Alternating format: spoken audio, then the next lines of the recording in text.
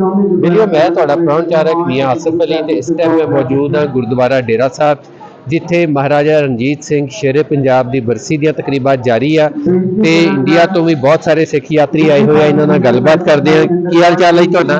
बहुत बढ़िया जी, बड़ी खुशी है। ਕੀ ਨਾਮ ਤੁਹਾਡਾ? लाभ सिंह है जी, ਕਿੱਥੋਂ ਆਏ ਹੋ? फिरोजपुर मोगा से आए हैं जी। ਫਿਰੋਜ਼ਪੁਰ ਮੋਗਾ ਤੋਂ। ਤੇ ਤੁਹਾਡਾ ਕੀ ਨਾਮ ਜੀ? ਮੇਰਾ ਨਾਮ ਪਰਮ ਤੇ ਤੁਸੀਂ ਕਿੱਥੋਂ ਆਏ ਹੋ? ਮੋਗਾ ਪੰਜਾਬ। ਤੁਹਾਡਾ ਕੀ ਨਾਮ ਜੀ? ਮੇਰਾ ਨਾਮ ਕਮਲਜੀਤ ਹੈ ਜੀ। ਤੇ ਤੁਸੀਂ? ਮੋਗਾ ਤੋਂ ਆਏ ਹਾਂ। ਅੱਛਾ, ਇਹ ਸਾਰੇ ਮੋਗਾ ਤੋਂ ਇੱਕੋ ਹੀ ਫੈਮਿਲੀ ਹੋ? हाँ जी। ਅੱਛਾ, ਇੱਕੋ ਹੀ ਫੈਮਿਲੀ ਆ ਜੀ। ਇਹਨਾਂ ਨਾਲ ਗੱਲਬਾਤ ਕਰਦੇ ਆ। ਤੇ ਅੱਛਾ, ਤੁਸੀਂ ਇਹ ਦੱਸੋ ਪਹਿਲੀ ਵਾਰੀ ਆਏ ਹੋ? नहीं, पहली बार 2004 ਦੇ ਵਿੱਚ ਆਇਆ ਸੀ। ਅੱਛਾ, ਅੱਜ ਉਦੋਂ ਵੀ ਬਹੁਤ ਵਧੀਆ ਲੱਗਾ। ਹੁਣ ਬਹੁਤ ਬਦਲਾਅ ਹੋਇਆ ਤੇ ਹੁਣ ਮਹਾਰਾਜਾ ਰਣਜੀਤ ਸਿੰਘ ਦੀ ਬਰਸੀ ਤੇ ਆਏ ਆ। ਸਾਡੇ ਸ਼ੇਰੇ ਪੰਜਾਬ ਮਹਾਰਾਜਾ ਰਣਜੀਤ ਸਿੰਘ ਦਾ ਜੋ 29 ਜੂਨ ਨੂੰ ਬਰਸੀ ਹੁੰਦੀ ਆ, ਹਰ ਸਾਲ ਦੀ ਤਰ੍ਹਾਂ ਮਨਾਈ ਜਾਂਦੀ ਆ।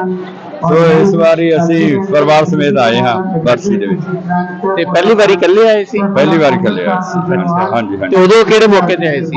ਉਦੋਂ ਵਿਸਾਖੀ ਤੇ ਆਏ ਸੀ। ਅੱਛਾ, ਵਿਸਾਖੀ ਤੇ ਆਏ ਸੀ। ਅੱਛਾ, ਉਦੋਂ ਇੰਡੀਆ ਦਾ ਤੇ ਆਪਣਾ ਪਾਕਿਸਤਾਨ ਦਾ ਕ੍ਰਿਕਟ ਦਾ ਮੈਚ ਹੋਇਆ ਸੀ, ਉਹ ਵੀ ਵੇਖਿਆ ਸੀ ਅਸੀਂ। ਅੱਛਾ, ਬਹੁਤ ਵਧੀਆ ਲੱਗਾ। ਹਾਂਜੀ, 2004 ਉਸ ਤੋਂ ਬਾਅਦ ਨਹੀਂ ਅਜੇ ਤੱਕ ਹੋਇਆ।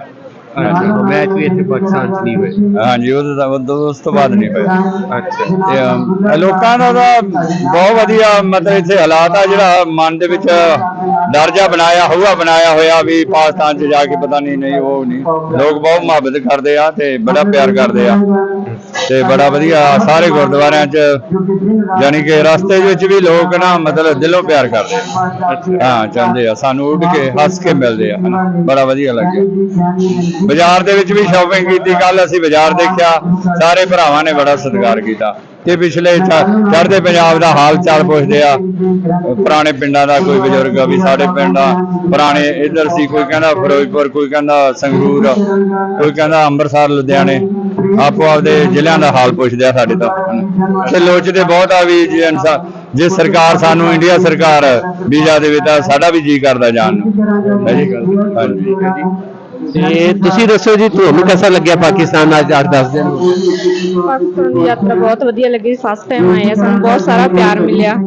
ਅਸੀਂ ਅੱਗੇ ਜਾ ਕੇ ਦੂਜਿਆਂ ਨੂੰ ਇਹੀ ਕਵਾਂਗੇ ਕਿ ਤੁਹਾਨੂੰ ਵੀ ਇੱਕ ਵਾਰ ਵਿਜ਼ਿਟ ਕਰਨਾ ਚਾਹੀਦਾ ਉੱਥੇ ਜਾ ਕੇ। ਅੱਛਾ, ਤੁਹਾਨੂੰ ਕਿਹਦਾ ਲੱਗਿਆ? ਬਹੁਤ ਵਧੀਆ ਲੱਗਾ ਜੀ, ਬਹੁਤ ਹੀ ਵਧੀਆ ਲੱਗਾ।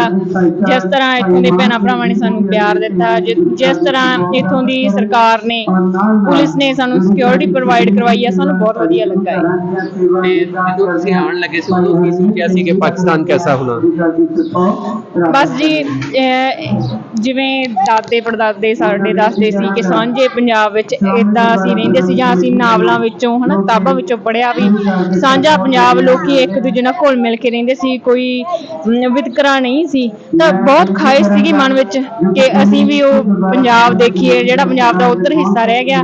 ਹੁਣ ਜਦੋਂ ਆਏ ਆ ਸਾਨੂੰ ਬਹੁਤ ਖੁਸ਼ੀ ਹੋਈ ਆ ਵੀ ਸਾਰੇ ਭੈਣ ਭਰਾਵਾਂ ਨੇ ਇੰਨਾ ਜ਼ਿਆਦਾ ਪਿਆਰ ਦਿੱਤਾ ਏ। ਤੇ ਹਲੇ ਵੀ ਮਨ ਆ ਵੀ ਹੁਣ ਤਾਂ ਅਸੀਂ ਇੱਕ ਲਿਮਟਿਡ ਦਾਇਰੇ ਵਿੱਚ ਆ ਤੇ ਕਿਤੇ ਫੇਰ ਆਈਏ, ਖੁੱਲ ਕੇ ਪੂਰੇ ਪੰਜਾਬ ਨੂੰ ਦੇਖੀਏ।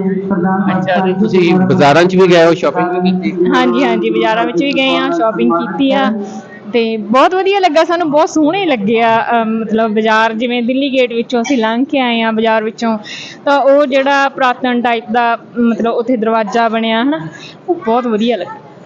ਅੱਛਾ, ਤੇ ਉੱਥੋਂ ਵੀ ਲੋਕਾਂ ਨੇ ਫਰਮਾਇਸ਼ ਵੀ ਕੀਤੀ ਸੀ ਬਾਕੀਆਂ ਨੇ ਕਿ ਸਾਡੇ ਲਈ ਕੋਈ ਸ਼ੈ ਲੈ ਕੇ ਆਈਓ? ਹਾਂਜੀ, ਉਹ ਤਾਂ ਕਹਿੰਦੇ ਹੀ ਆ ਕਿ ਪਾਕਿਸਤਾਨ ਦੀ ਕੋਈ ਵੀ ਵੱਖਰੀ ਵੈਰਾਈਟੀ ਸਾਡੇ ਵਾਸਤੇ ਜ਼ਰੂਰ ਲੈ ਕੇ ਆਇਓ।